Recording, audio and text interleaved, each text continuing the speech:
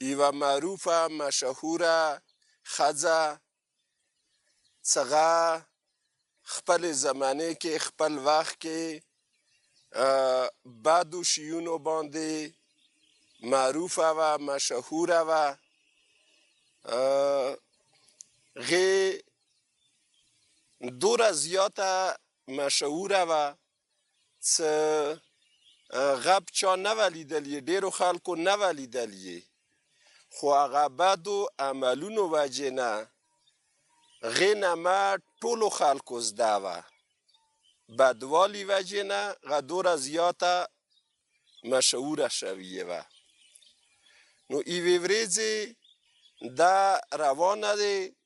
خپلو کنیزو سره یوې چولې کې روانه دی څي مزل د کوي یوه کور سره دا راغله هغه کور کې د ژړا والا اوازونه کیدو ژړا فریاد وویلا اوازونه بار چولې ته روتو نو هغه دی واوریدو نو دی څه وکړو یوه وینځه یې ورستوله څه تلیره پوښتنه وکړه د کور کې څه د ژړا د اوازونه د ژړا والا د ولې د څه چل دی څه تکلیف دی واقعه شوې دی مړی شوی دی نور څه مصیبت راغلی دی وینځه څه لاړه دی څه انتظار وکړ خو هغه واپس رانغله بیا دی بله وینځه واستوله څهغه لیټ شوه تلیره دویمه وینځه لاړه اخ کور ته څه ناوته هغه څهغه ژړا ویر وویلا فریادونه واوریدو خبره شوه ورنه نو بس غم او غځه کې غوسه شامله شوه غم واپس نشوه دریم ځل دریمه وینځه یې ورستوله څه دیو څه بلا وشوه څه کومه وینځه ورستام هغه واپس نه ارځي تلیره خو ډېر زر د پیغام ما ته راوړه څه دا څه چل دی څه مسله دی څه مشکل دی کور کې پیښ شوی دی کله د دریمه لاړه نو دا ډېره زر راغله خو زر یې ورته د پیغام راوړو زر بیا واپس شوه پیغام څه و دا وینځه ورته یی څه ای شعبانې د کومه ژړا فریاد د کور کې کیږي دا د مردگانو ولا ژړا او فریاد نه دی دا د زنده خلکو مجلس دی دا د زنده خلکو مطعم دی دا د ژوندیو خلکو ژړا او فریاد دی نو دام ډیره حیرانه شوه او په خپله باندې روانه شوه د کور ته راغله څه کله د کور ته راغله نو دی د ماحول ولیده د منظر یې ولیده دی منظر دی ماحول دی باندې ډیر زیات اثر وکړ څه یو واعظ دی غد وعظ کوي نصیحت کوي نصیحت باندې شروع دی هغه نصیحت کې نصیحت سره د کوم خلک ورته ناست دي د ژړا کوي فریادونه کوي غه وعظ و نصیحت څه کوي د ټیم باندې هغه واعظ غه شروع دی د قرآن سوره فرقان 12 14 14 آیات د دې تفسیر د دې تشریح د بیانې دی خلکو ته او دا اوري د خلک او غسه د خلک ژاړي غه کې څه شی دی غه کې د جهنم والا خبرې دي د سوره فرقان 12 آیات 14 آیات کې د جهنم والا خبرې دي هغه خبرې ورته بیانې دغه تشریح ورته کوي غسه د خلک ژاړي خپلې ګناوانې یادوي او بیا ورسه ژاړي نو هغه کې څه خبرې دي هغه کې خبرې دا دي څه پروردگار عالم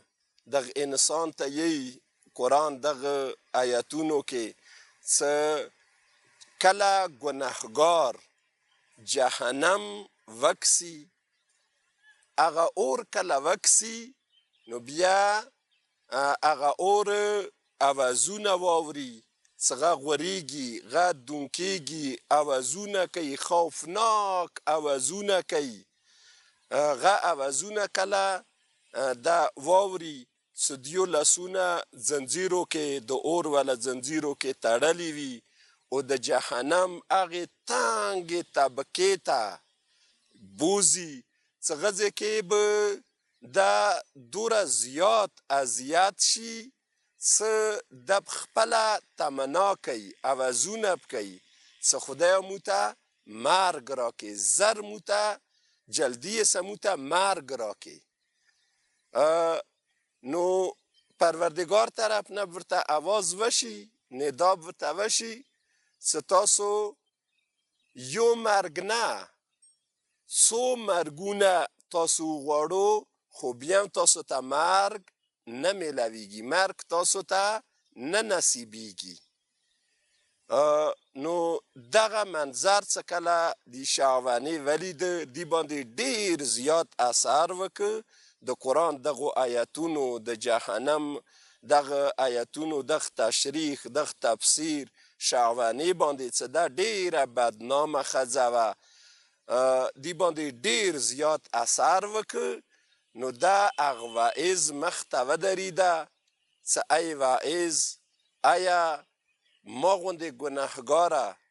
که چیرې دغه مهربان کریم خدای در کې ودرېږي آیا ما ته معافي وشي د ګناهانو هغه واعظ ورته یې څه پروردګار ډېر مهربان دی ډېر کریم دی ډېر رحیم دی پروردګار انشاءالله څه ته صحیح طریقې سره توبه وکړې استغفار وکړې انشاءالله پروردگار عالم به د تا وله ګناهوانې معاف کړي که چیرې تا شهواني برابر ګناهوانې کړي وي بیا هم هغه دوره مهربان دی دوره کریم دی چې هغه د تا ګناهوانې معاف کړي نو هغه ښځه ورته یی چې ای واعظ زه خپله شهوانه یم کله چې هغه دا خبره واورېده نو هغه ورته یی څه پروردگار عالم بشکه دی که هیڅ شک شبه نشته چې هغه دوره مهربان و کریم دی انشاءالله د تا ګناهوانې معاف کړي خو که صحیح معنو سره تا توبه وکړه استغفار ده وکړه دې نه وروسته د شهواني څه دی ډېر زیات کوشش وکړ توبې حالات کې شوه څه دا توبه وکړي استغفار وکړي او دا چا څه زیاتي کړي دي چا نه یې پیسې ایسارې کړي دي چا حق یې ولی دی څه کوم قسم ګناهوانې کړي دي هغو ګناهوانو طرف ته دا یوه طرف ته بل طرف ته بل طرف ته دا څي هغه ګناهوانې ځان په معافی توبه کوي استغفار کوي هر چا در ته ورځي نو دی کې کافي ټیم تیر شو ډیره پریشانه دی ژاړي فریادونه کوي چې هغه مهربان کریم خدای غب څنګه دوره ګناهوانو سره غب څنګه ما معاف کوي خو کافي ټیم ور باندې تیر شو یوې ورځې شیشې کې خپل مخ لیده ځان یې لیده نو دی دوران کې چې کله خپل ځان ولیده ډیر وخت بعد څه کومه غوښه وه ورباندې غونه ختمه شوې منده شوې دی ډیره بد حال باندې دی نو ځان سه سوچ وکړ ډیره زیاته ځان طرف ته متوجه شوه کریم پروردگار ته یې څه ای کریمه مهربانه خدایا د دغې دنیا د آسان عذابونه تکلیفونه مشکلات څه دا دوره مشکل نه وو دغه تکلیفونه څه دیو د ما غوښه ختمه که ما رنگ بدل شه